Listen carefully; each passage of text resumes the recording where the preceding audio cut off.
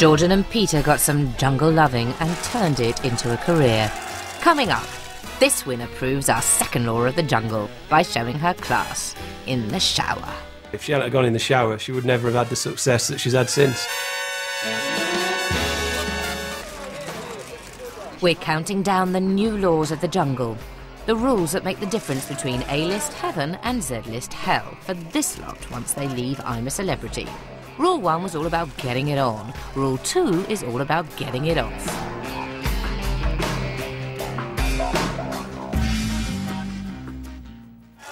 It's a well-known fact to these celebrities that getting your kit off will get you noticed. Brian Paddock's probably got his leather thong in his bag already. He's gay, you know, Brian Paddock. Hi, I'm Brian Paddock, I'm gay. Brian, cop a look at that. Paddock is the latest in a long line of celebs who know that getting your kit off gets you noticed. But these days, they're all at it. We've come a long way from the early days of I'm a Celebrity when a glimpse of thong seemed naughty and wrong. Linda Barker, to me, has always been that loudmouth blonde woman off changing rooms. And then, lo and behold, she goes in the jungle and becomes that loudmouth blonde woman from the jungle. But Linda went on I'm a Celebrity determined to change her image, and a hint of thigh was all it took. As soon as you get your bikini on, the camera's like this, and you can physically see the lenses like oh, here we go. People thought I looked great. Yeah, by people she means the Sunday people. They turned her from yummy mummy to page 3 stunner. There was a sort of weird want to see her with not a lot on. That's a little bit wrong, but we like it, and I'm sure it sold well for them. The viewers loved the fact that Linda could strip more than wallpaper. She used this newfound popularity to do some big deals. To this day, she's often asked to show her soft furnishings to the public. Something cool. She's romantically and softly lit, and the music's dreamy. You'll find all this and more in my Simply Stylish. But it's not quite the same, is it?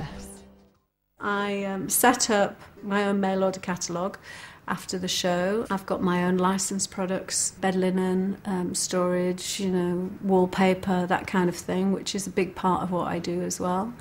And that's just work, you know. I'm a mum and a wife, and I have various houses. Linda, various houses. Barker is a clear winner. But if she caused a stir, this lovely lass created a tornado of lust. The queen of bikini babes is, of course, Mylene. We know that the bikini works, and Mylene Klass was the woman to really to prove that. Mylene Klass was in Hearsay. They won Pop Stars, and basically after that not much happened to her. They had a couple of hit records and then went back to obscurity. But for a while they were huge. Their debut videos showcasing their charms, though not overspending on the pyrotechnics. Actually, I quite like some of their songs. But after initial success, it all went horribly wrong for the band. I didn't understand, because I saw her on a show once where she was upset, where she said people threw things at her, and I didn't understand why. Her career was stone dead. But she turned it round on I'm a Celebrity when she stumbled upon a hidden talent. I think it'd be really easy to say that if Mylene Klass hadn't gone in the shower in a bikini more than once, then she would never have had the success that she's had since. But I'm going to say it anyway, if she hadn't gone in the shower, she would never have had the success that she's had since. You're looking lovely up there, Marlene. Now, you might think that we cut all these shower shots together and put terrible 70s porn music all over it. Well, we didn't. ITV did, to make more people watch. Mylene made many viewers very happy. One in particular appreciated her on a purely aesthetic level. It was almost an iconic moment. It was a bit like Marilyn Monroe and the hot air grill playing the dress up. It was the way the shower came down off the rocks, and it was that whole moment. It was the lighting. It was just a moment that worked.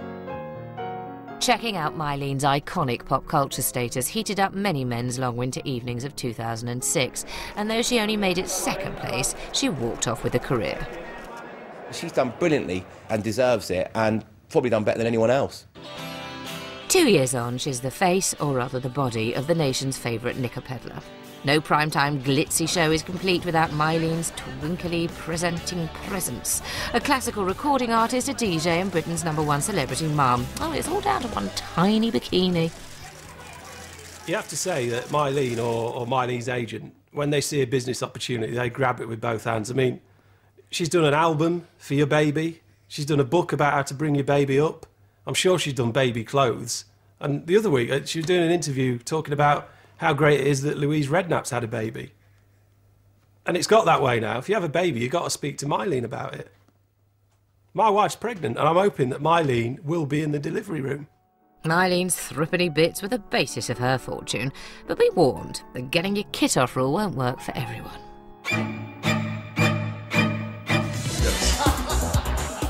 If your body isn't quite up to it, then you can always follow our next rule. Make sure that people's expectations of you are so low that...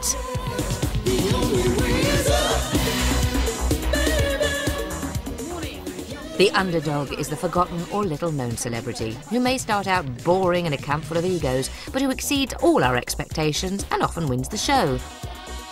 Queen of the Jungle Carol proved that you can even recover from being Mrs. Thatcher's daughter. Veteran DJ and all-round nice guy Tony Blackburn was a classic underdog. Trouble is, no one thought to tell Tony. The reason why I did it was because I wanted to go to Australia. I'd never seen Australia before. And also, until I read in the papers that it was done to try and rescue a career, I thought I was doing quite well. Never mind, Tony. You must have had the support of your nearest and dearest. My wife tried to talk me out of it, and my mother tried to talk me out of it, and actually there was one stage when my agent tried to talk me out of it.